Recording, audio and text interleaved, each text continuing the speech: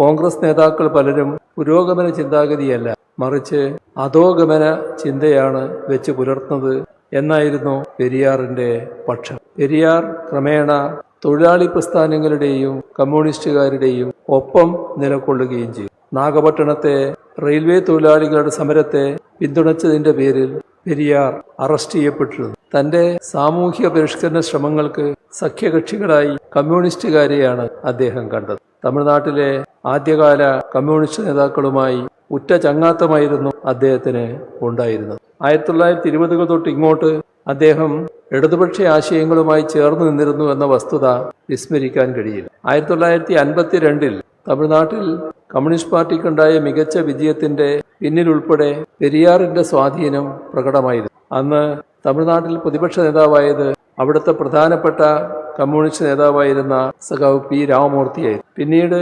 CPIM രൂപീകൃതമായപ്പോൾ P Ramamurthy പാർട്ടിയുടെ ആദ്യ polit ബ്യൂറോയിലെ 9 പേരിൽ ഒരാളായിരുന്നു. അദ്ദേഹത്തിന്റെ മിശ്ര വിവാഹത്തിന് അധ്യക്ഷത വഹിച്ചത് പെരിയാറായിരുന്നു. അത്ര അടുപ്പമായിരുന്നു പെരിയാറും തമിഴ്നാട്ടിലെ കമ്മ്യൂണിസ്റ്റ് പാർട്ടി നേതാക്കളും തമ്മിലുണ്ടായിരുന്നു.